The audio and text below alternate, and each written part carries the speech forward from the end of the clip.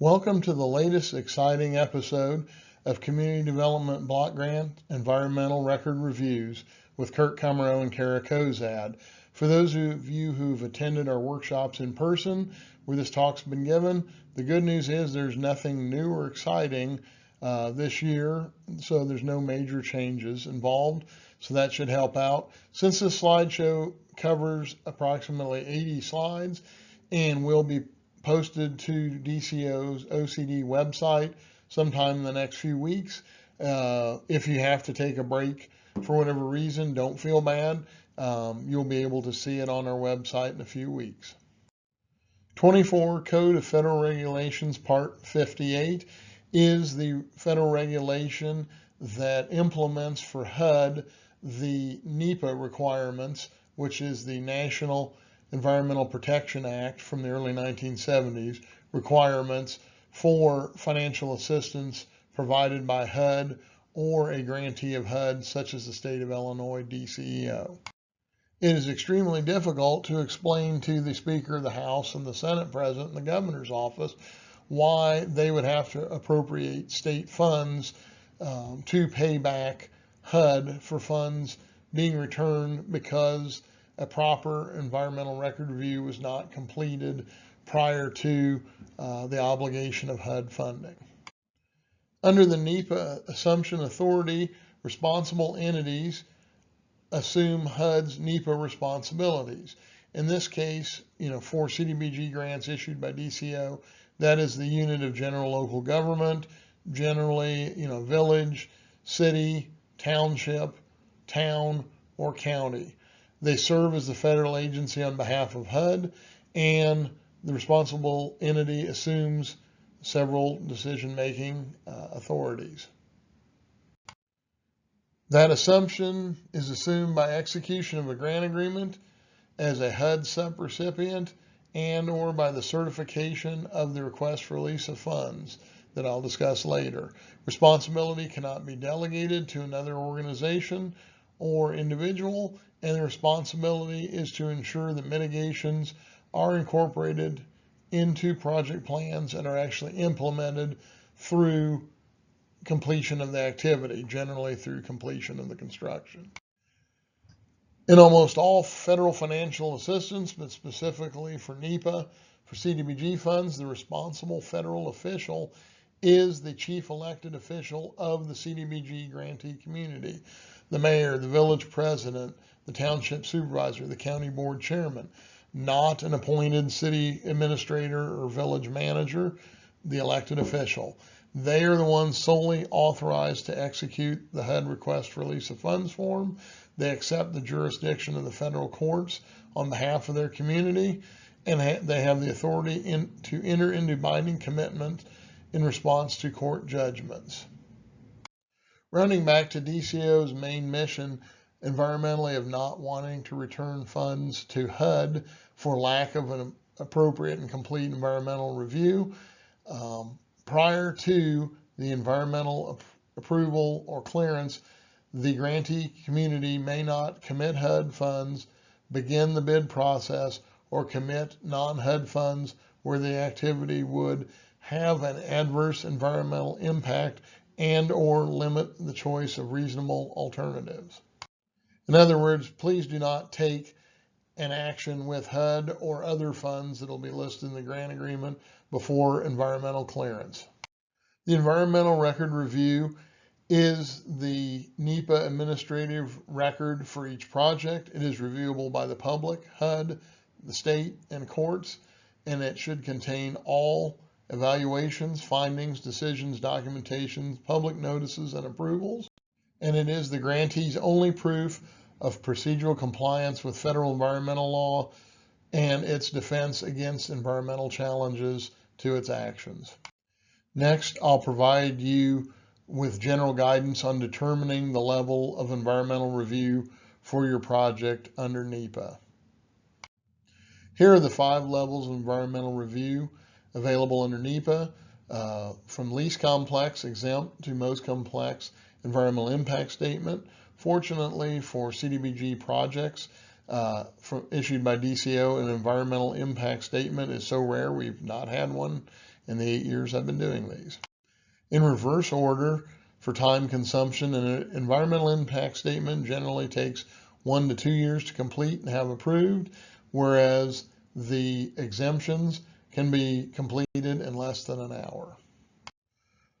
For exempt activities for DCO CDBG projects, the most common uses of an exemption are to cover the cost of environmental and other studies, and activity delivery activities, engineering or design costs, and the assistance for temporary or permanent improvements following disaster or imminent threats to public safety, including from physical deterioration. That last one, which is the emergency exemption under what we generally call Box 10, is a project that consists solely of assistance for temporary improvements that do not alter environmental conditions and limited to the protection, repair, restoration activities necessarily only to control or arrest the effects from disasters or imminent threats to public safety, including those from physical deterioration. The DCO, Environmental Review Officer, whether that's me or Kara, must pre-approve use of this type of exemption for construction activities. It is also rare, but generally in each CDBG PI round, there may be one, but I would have to review that ahead of time before saying yes, your construction could be cleared environmentally under emergency exemption Box 10. The next level of environmental review up from exemption is categorical exclusion. There are two different types of categorical exclusion. One is not subject to the laws and authorities at 58.35, and the other is subject to the laws and authorities at 58.35, and that is categorically excluded subject to, or CEST. If the level of review is CENST, which is not subject to the laws and authorities at 58.5, generally for CDBG, these are the following types of costs. As you saw in the preceding slide, maintenance could be included in a CEST review, and then the definitions of maintenance are as follows. Cleaning, yard work, repainting, replacing kitchen appliances that are not permanently attached to the building, patching a roof leak, and replacing broken windows. The main difference between an exemption, a category excluded not subject to, and a category exclusion subject to 58.5 is that 58.5 adds 13 additional bodies of federal environmental law on top of the 3 bodies of federal environmental law covered under an exemption or a CENST review. For additional guidance on categorizing an activity as maintenance, please see the following HUD materials. You'll note throughout this environmental review presentation, if we've included something in bold, it means it's more important to focus in on those through just the general common use with PI or housing rehab funds. For now, I'm going to give you the most common uses of a CADEX subject to 58.5 environmental review for CDBG funding. You'll notice on the numbers in parentheses, those are the actual numbers from the NEPA regulations at part 58.5. The first is the acquisition, repair, improvement, or rehab of public buildings and facilities, provided that 1, they are already in place, 2, will be retained for the same use, and 3, any of the work done will not change the size or capacity by more than 20%. Number 2 is the removal of architectural barriers that restrict the mobility and accessibility to the elderly and those with disabilities. This was very common as we've been doing environmental reviews for CDBG revolving loan fund closeouts, where they're doing streetscape improvements or sidewalk improvements that go beyond just replacing a sidewalk in place, but where they're removing architectural barriers. 3I covers DCO's housing rehabilitation program, where it involves single-family housing rehab and unit density is not increased beyond 4 units, and the project does not involve changes in land use from residential to non-residential, and where we're not funding the footprint being expanded in a floodplain or a wetland. 3III relates to non-residential structures. We use this type of review occasionally for our economic development projects under CDBG. And again, you'll notice that the facilities and improvements are in place, will remain in place, will not be changed in size or capacity by more than 20%, and they won't involve changes in land use from one type or another. And box 5, under categorical exclusion subject 58.5, would cover combinations of those above activities. And as it states, it's more common for CDBG economic development or revolving loan fund closeout projects than for traditional CDBG public infrastructure, which is limited to water, sewer, or storm drainage. There are two potential outcomes once you've completed a community's categorically excluded subject to 58.5 review. And the first would be that review converts to exempt, and that would be if on the statutory worksheet with all supporting documentation, you have all no's for all 16 bodies of law, and there are no circumstances requiring compliance or formal mitigation. If that's the case, you document the file and send that in your environmental record review to DCO, and the project may proceed once DCO approves that environmental record review. Generally, a categorically excluded subject to 58.5 review cannot convert to exempt when you've completed the statutory worksheet, including all of its supporting documentation, and you realize one or more of the 16 bodies of federal environmental law requires a formal mitigation or further compliance actions. In that case, it won't convert to exempt, and you have to proceed with the formal approval process, which includes a required publication or posting, followed by a request for release of funds form, followed by turning in the environmental review to DCO, and then DCO, once we approve it, issuing an environmental release letter. Here are some sample CDBG public infrastructure activities that have had environmental reviews in the last 8 years that have been categorically excluded that converted to an exemption. Although this lecture today does not cover the 16 bodies of federal environmental law in great detail, the main question comes up is, if it converts to exempt, would it generally also not require a HUD TDOT tribal consultation? And I tend to follow HUD's guidance to me in my first training in 2013, which is that if you're replacing work in place without any expansions of the soil being disturbed, for already disturbed soil, then no, a tribal consultation would not be required for the typical CADEX converting to exempt reviews. But please feel free to reach out if you have any questions during your environmental review as to whether or not a tribal consultation is required for your proposed construction project. Here are a couple more examples of infrastructure activities that could potentially be CADEX converting to exempt. They're more likely for revolving loan fund closeout fundings or CDBG economic development funding. The main bodies of law that will require a categorical exclusion not converting to exempt would be floodplain management or wetlands management. So when you're documenting floodplains and wetlands, please make sure the following conditions are maintained. And therefore, if no 8-step floodplain or wetland review is required, then then the exemption could convert to exempt in general.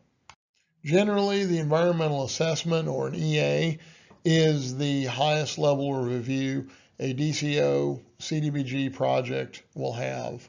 And it basically covers any project that's not exempt, category excluded, and does not meet HUD standards for requiring an environmental impact statement. Some CDBG examples are extension of water or sewer lines to an unserved community, or like just even to new customers. If you're extending anything new, that would require an environmental assessment, or a water tower, an additional one, or the replacement of one. Under NEPA, the purpose of the environmental assessment is to evaluate the project of a whole, and it gives the form itself has extra functions and extra compliance boxes, and you will accomplish all of that by researching and filling in those boxes and attaching your supporting documentation, including any floodplain or wetlands 8-step review public comment periods, if that's required by that documentation for your project. For documenting an environmental assessment, you'll not only have the completed environmental assessment form and the documentation for the 16 bodies of federal environmental law, but you will also have your FONSI, NOI, RROF publication or posting. It's proof of publication or posting, and it's proof that the FONSI was disseminated to interested parties we'll discuss later. Once that's been turned in and the state's objection period's up, if all is acceptable to DCO's environmental review officer, we will issue an environmental release letter to the community. Once you've completed the documentation and the filling in of the environmental assessment, you'll have a determination at the end before you as preparer and the chief elected official sign it, and that will either be a FONSI, a finding of no significant impact, which means no environmental impact statement is required, or a FOSSI, a finding of significant impact, which would require an environmental impact statement to be prepared. That is extremely rare for DCO CDBG. Because we're funded by HUD, we follow HUD's guidance on when an environmental impact statement required, and I'll discuss that on the next slide. When you think of HUD, you have to think of what its acronym stands for: Housing and Urban Development. Housing is their first mission. So for HUD's Office of Energy and Environment, the guidance they give out of when one of their funded projects requires an environmental impact statement generally involves if the project is going to increase homes or beds or housing units by 2,500 units or more. None of the projects that DCO OCD has funded in the last 8 years have gone anywhere near that standard. So if you think you should be filling out an environmental impact statement for your CDBG project, get a hold of your HUD environmental review officer immediately, because chances are we're going to tell you no, it's just environmental assessment or a categorical exclusion. I truly appreciate your patience during this lengthy presentation. If you have questions on completing or submitting your environmental record review and your project is public infrastructure, please get a hold of me, and please be patient. I will answer every email and every voice message left, but sometimes it may take a few days, but I will get back to you. If it's a housing rehabilitation related environmental question, please refer those to Kara. For public infrastructure or economic development public infrastructure, environmental questions should come to me and not to your grant manager. Similarly, I don't need to know about clearance of other special grant conditions identified in the NOSAF, but I will do all I can to help you prepare and complete your PI-related environmental record review. Have a good rest of your day. Goodbye.